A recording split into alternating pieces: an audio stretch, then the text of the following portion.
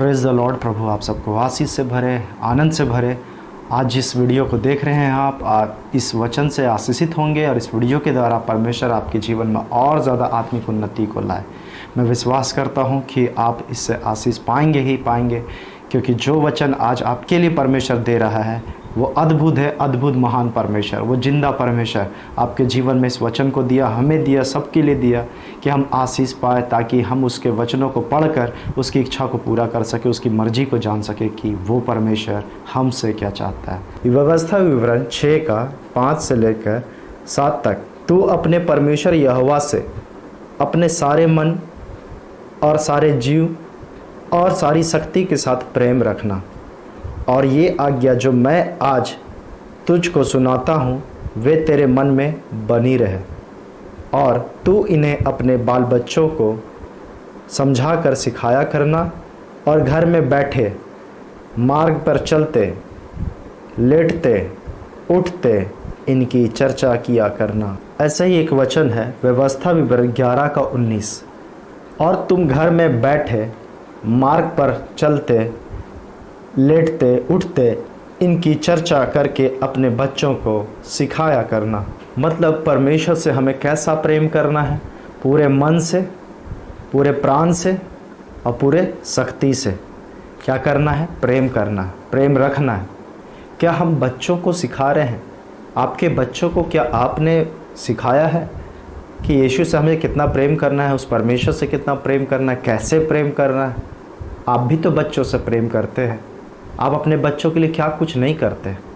जैसे यहाँ पे कहता है कि अपने बच्चों को चलते फिरते, उठते, बैठते, लेटते ये सिखाना, बताना, चर्चा करना। किसकी बातें की? कौन सी बातों की? यीशु मसीह की, परमेश्वर की, उस वचन की बातों को, उस प्रेम की बातों को चर्चा करना। अब जैसे कि हम लोग देखते हैं कि जैसे मैंने देखा है कि अभी जैसे गर्मी है तो मेरे घर के कैंपस में ही एक बच्चे के लिए ऑटो आता है। वो सुबह सुबह ऑटो आता है, कितना 5 बजे ऑटो उस बच्चे को लेने के लिए आ जाता है। और कैसे जाता है? सोच के देखिए, जब वो बच्चा ऑटो में बैठता होगा किस तरीके से बैठ के जाता होगा।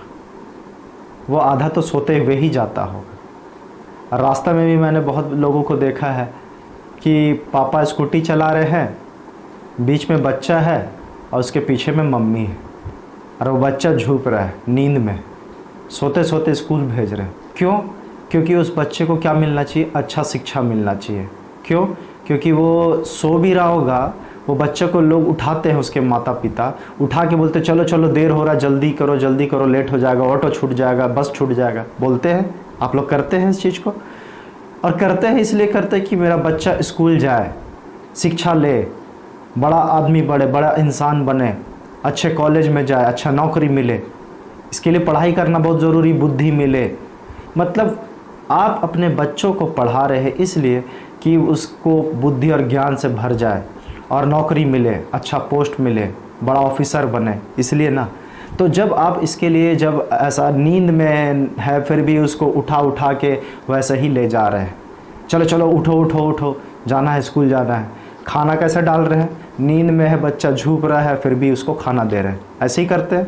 और जब खाना देते हैं और वो खाता है, नहीं खा रहा, लेकिन जल्दी करो, इसको कोई लोग आधे दौड़ते दौड़ते स्कूल बैग टांग दे रहे हैं, कोई खाना मुंह में डालते डालते स्कूल जा रहा है, चलते चलते जा रहा है। मतलब ऐसा कंडीशन है, नींद भी आ रहा फिर भी बच्चों को भेज रहे। और माँ बाप को तकलीफ़ भी हो रहा है, क्या करे, बच्चा रो रहा है, देखते हैं छोटा सा बच्चा स्कूल नहीं जाएंगे मम्मा, स्कूल नहीं जाएंगे बोलता है, लेकिन क्या करते हैं, मम्मा को भी तकलीफ़ हो रहा है, दर्द हो रहा है, फिर भी भेजेंगे ना। क्यों नहीं भेजेंगे? बच्चे को अच्छा शिक्षा मिलना चाहिए। क्या सोचते हैं आप यही ना सोचते कि मेरा बच्चा अच्छा स्कूल में पढ़े, अच्छे कॉलेज में पढ़े, ताकि वो अच्छा शिक्षा प्राप्त करे, इसलिए भेजते हैं उस जगह पर, अच्छे जगहों पर। तो आप इस बात को देखिए कि यहाँ पे बच्चा अगर स्कूल में जाता है और उसको ऊपर से वहाँ पे कमज़ोर है, पढ़ाई में कमज़ोर है, तो आप क्या करते हैं उसके लिए? ट्यूशन लगाते हैं ना। ट्यूशन क्यों लगाते हैं? ट्यूशन इसलिए करते हैं कि बच्चा को जो चीज़ कवर नहीं कर पा रहा स्कूल में, वो ट्यूशन के द्वारा बिजी रहेगा, इधर उधर नहीं जाएगा, ध्यान नहीं भटकेगा, उसको बिजी कर देते ताकि पढ़ाई अच्छा से हो सके। पढ़ाई तो हो ही रहा है स्कूल में, फिर भी एक्स्ट्रा पढ़ाई, ट्यूशन। पहले के समय में आप देखिएगा कि ट्यूशन नहीं होता था, लेकिन अब धीरे धीरे ऐसा हो गया कि ये ट्यूशन, वो ट्यूशन, मैथ्स का अलग, साइंस का अलग, सब चीज़ का अलग अलग ट्यूशन।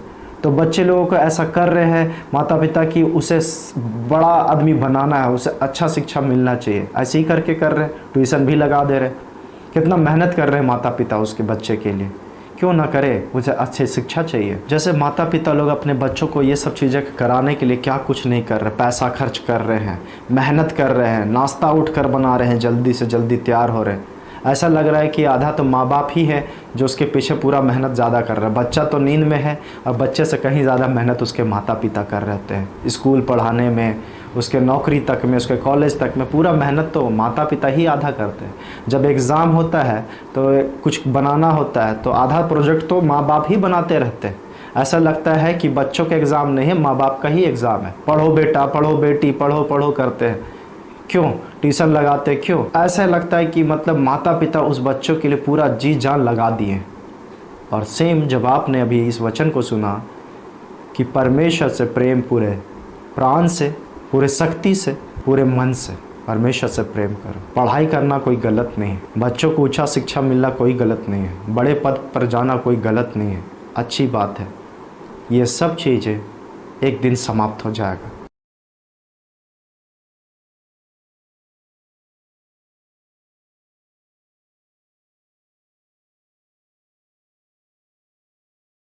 आप अपने बच्चों के लिए जो इतना मेहनत कर रहे हैं, जब तक पृथ्वी में है तब तक है। बाइबल अभी आपने सुना कि अपने बच्चों को ये बातें सिखाया कर, उठते बैठते चलते फिरते इसकी चर्चा किया कर और उसे सिखा। क्या आप पढ़ाई के लिए, नौकरी के लिए, उस बड़े पद के लिए इतना मेहनत कर रहे हैं जो आज नहीं तो कल वो सब कुछ समाप्त हो जाएगा जब इस पृथ्वी से चले जाएंगे?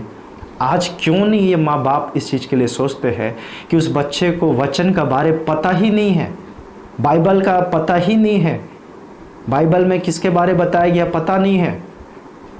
बाइबल सत्य वचन है, जिंदा बाइबल, पवित्र शास्त्र, ये हमारा परमेश्वर के बारे बताया गया है, पृथ्वी कैसे बना, ये सब कुछ भी नहीं पता है। संसार का ज्ञान तो मिल गया लेकिन आत्मिक ज्ञान नहीं मिला है।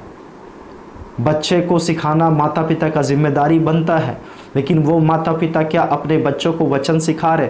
इतना तक कि आजकल तो बच्चों को खाना खाने से पहले प्रार्थना करना भी नहीं सिखाया जा रहा।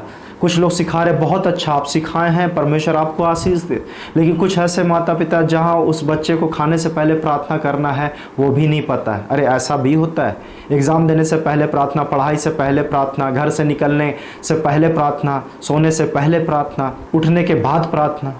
क्या ये सब आपके बच्चे सीखे हैं?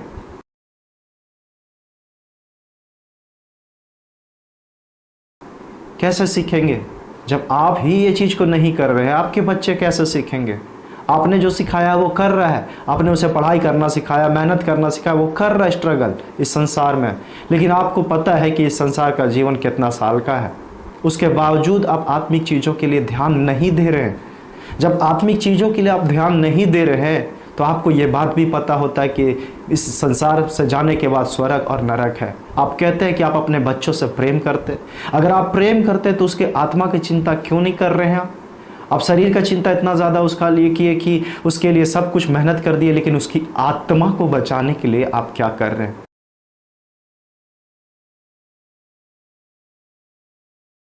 क्या आप आपके बच्चे प्रार्थना करना सीखे हैं? और फिर वही होता है कि जब परमेश्वर का वचन का शिक्षा नहीं मिलता तो बच्चे लोग बिगड़ने लगते हैं, गलत रास्ते में भटक जाते हैं। क्यों? क्योंकि उसे न प्रार्थना पता, न परमेश्वर का भय पता। परमेश्वर का भय क्या होता है, प्रभु का डर उन पर नहीं होता, जिसके चलते गलत रास्ते, पाप, बुराई की ओर बढ़ जाते हैं।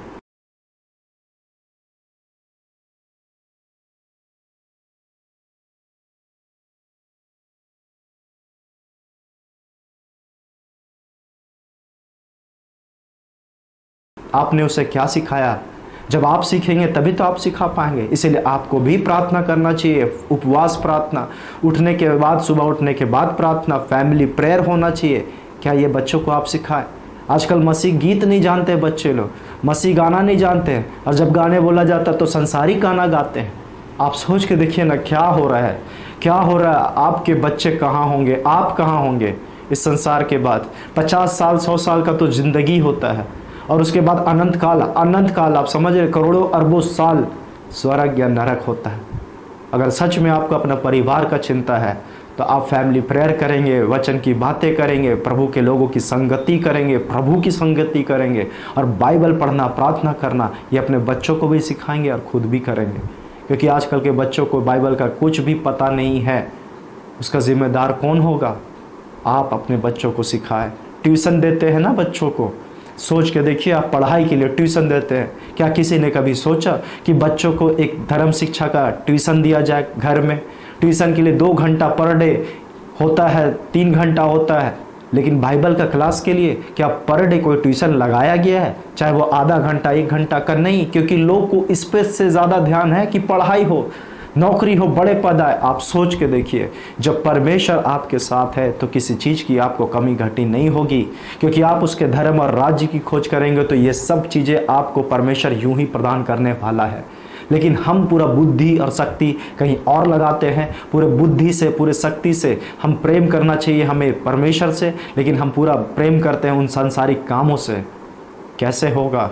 अपनी आत्मा को बचाएं, अपने परिवार की आत्मा को बचाने के लिए यीशु के पास आए। आप नहीं बचा सकते, हम नहीं बचा सकते, लेकिन यीशु मसीह बचा सकता है। हम लोग तो एक रास्ता दिखा सकते, बता सकते कि आप बाइबल पढ़ें, प्रार्थना करें, पारिवारिक प्रार्थना होना चाहिए, हर एक लोग प्रभु के भय में चलना चाहिए, परमेश्वर की आज्ञाओं के अनुसार चलना चाहिए। ये सब चीज़ नहीं सिखाने के चलते आज बहुत सारे लोग नष्ट हुए जा रहे हैं। क्रिश्चियन है, मसीह है, बोलते हैं, जानते हैं, लेकिन उसका स्वभाव, उसका चाल चलन उस वचन के अनुसार है ही नहीं। कैसे होगा? आप इस बारे में चिंता क्यों नहीं कर रहे? गंभीर क्यों नहीं हो रहे? आप उसका कॉलेज के लिए गंभीर हो रहे हैं, उसका नौकरी के लिए गंभीर हो रहे हैं, उसके विवाह के लिए गंभीर हो रहे हैं, इन सब चीज़ों के लिए गंभीर हो रहे। होना चाहिए, ज़रूरी है, लेकिन क्या आप अपनी आत्मा का क्यों नहीं सोच रहे? अपने परिवार का, अपने बच्चों का आत्मा का क्यों नहीं सोच रहे? ये तो उससे भी गंभीर बात है। जब इतना गंभीर बात है तो आप रिलैक्स कैसे हैं? आप इतना सुकून से कैसे हैं? क्या आप अचानक जब मुसीबत या संकट आएगा तब तैयारी करेंगे? कुछ भी ऐसा चीज़ होता तो वो बता के नहीं, अचानक यीशु मसीह भी अचानक आने वाले। क्या आप तैयार हैं? क्या आपके बच्चे तैयार हैं? आप इतना रिलैक्स कैसे हैं? आप इतना सुकून से कैसे हैं कि आपके घर का आत्मा नहीं बच रहा, उद्धार नहीं हुआ अभी तक? कैसे होगा? यीशु के पास आए, वो आपसे प्रेम करता है, वो आपसे प्रेम करता है, वो आपको बचाना चाहता है। लोग आज आपको वचन सुना रहे कहीं ना कहीं से, और लोग आपके लिए आंसू बहा बहा के प्रार्थना कर रहे हैं। क्यों कर रहे हैं? क्योंकि उन्हें पता है कि इनका आत्मा बचना बहुत ज़रूरी है, क्योंकि प्रभु यीशु मसीह भी चाहता है कि हर एक लोग बचाए जाए। लेकिन लोग आज यीशु के पास से कहीं ज़्यादा संसार की तरफ भागना ज़्यादा पसंद करते हैं। उनको ये चीज़ बोर लगता है कि यह बोरिंग चीज़ है। क्यों लगता है? वो एक दिन सब कुछ पता चलेगा न्याय के दिन में कि ये चीज़ कितना इम्पोर्टेंट था हमारे लिए, कितना ज़रूरी था। ये हमारे लिए कोई ज़रूरत की चीज़ें नहीं है, ये तो प्रेम है जिसमें हमें घुल जाना चाहिए, हमें एकदम मिल जाना चाहिए, एकदम डूब जाना चाहिए उस प्रभु के प्रेम में। उसने हमारे लिए जान दिया है, उसने हमसे प्रेम किया है, उसने अपना खून बहाया है। और हम लोग पाप कर करके, गलत काम कर करके उसे और दुख देते, और तकलीफ़ देते। वो आपसे प्रेम करता है। क्या आप यीशु मसीह से प्रेम करते हैं? क्या आपका प्रेम सच्चा है कि आप मतलब से यीशु के पास आते हैं? कोई मतलब होना चाहिए? नहीं, यीशु ने बिना कोई मतलब से आपसे प्रेम किया।